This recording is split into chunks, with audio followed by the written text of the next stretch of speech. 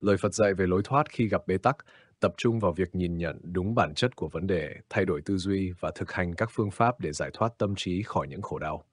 Khi rơi vào bế tắc, Phật giáo khuyên chúng ta thực hành chánh niệm, từ bi, trí tuệ và sự buông bỏ để tìm thấy sự an lạc. Dưới đây là các hướng dẫn cụ thể từ lời nhận diện và chấp nhận bế tắc. Phật dạy rằng cuộc sống luôn đầy rẫy những khó khăn và thử thách. Bế tắc không phải là một điều xấu, mà là một phần của sự trải nghiệm sống. Điều quan trọng là nhận diện và chấp nhận nó, thay vì chống lại. Hiểu rằng cảm giác bế tắc chỉ là một trạng thái tâm lý tạm thời, không phải là một điều gì đó vĩnh viễn. Chánh niệm và thiền định. Chánh niệm giúp chúng ta sống trong hiện tại, không bị kéo vào những suy nghĩ tiêu cực về quá khứ hay lo lắng cho tương lai. Thiền định là một công cụ mạnh mẽ để tĩnh tâm, giúp tâm trí trở nên sáng suốt hơn và nhìn nhận vấn đề một cách rõ ràng. Khi thiền, ta quan sát cảm xúc, suy nghĩ mà không phán xét, từ đó giúp ta hiểu rõ bản chất vấn đề và tìm ra giải pháp.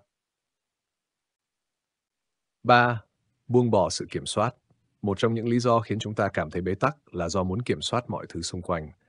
Phật dạy rằng sự bám víu và mong muốn kiểm soát chỉ tạo ra đau khổ. Buông bỏ không có nghĩa là từ bỏ, mà là chấp nhận những gì không thể thay đổi và tập trung vào những gì có thể làm được. Việc buông bỏ sẽ giúp tâm trí trở nên nhẹ nhàng và giải phóng khỏi áp lực.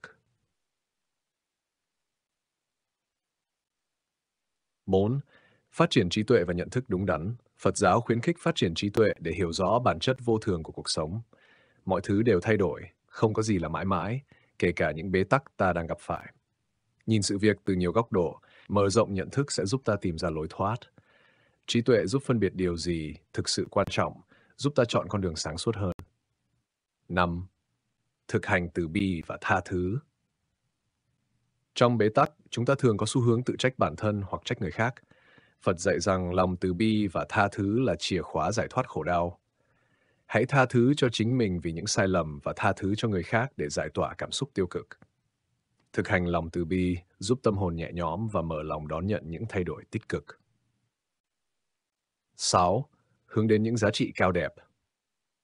Khi đối mặt với bế tắc, việc tập trung vào những giá trị cao đẹp như lòng biết ơn, sự tử tế hay làm việc thiện sẽ giúp tâm trí chuyển từ tiêu cực sang tích cực, giúp đỡ người khác hoặc tham gia vào những hoạt động có ý nghĩa sẽ mang lại cảm giác an vui và giúp ta thoát khỏi cảm giác bế tắc.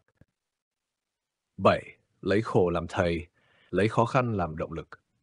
Phật dạy rằng mọi khó khăn đều là những bài học quý giá giúp ta trưởng thành.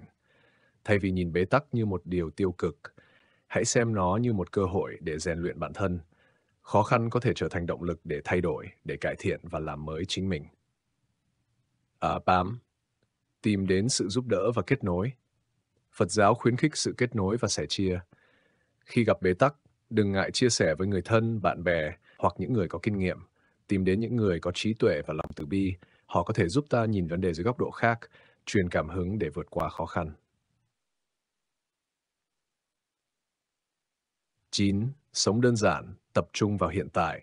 Sống đơn giản, không bị cuốn vào những ham muốn vô tận, giúp ta thoát khỏi cảm giác bế tắc. Tập trung vào hiện tại, làm tốt nhất những gì có thể ngay lúc này, thay vì lo lắng cho những gì chưa đến. Điều này giúp tâm trí an yên, giảm bớt gánh nặng và áp lực. 10. Chấp nhận thay đổi và linh hoạt. Cuộc sống luôn thay đổi và bế tắc là cơ hội để ta học cách thích nghi. Thay vì cố gắng chống lại sự thay đổi, hãy linh hoạt và mở lòng đón nhận nó. Thay đổi không phải là mất mát, mà là cơ hội để ta phát triển và khám phá những con đường mới. Lời Phật dạy giúp chúng ta nhận ra rằng bế tắc chỉ là một trạng thái tạm thời và có thể vượt qua bằng cách thay đổi nhận thức, thực hành thiền định, buông bỏ và sống với trí tuệ và từ bi. Những lời dạy này không chỉ giúp ta tìm ra lối thoát mà còn mang lại sự an lạc và tự do thực sự cho tâm hồn.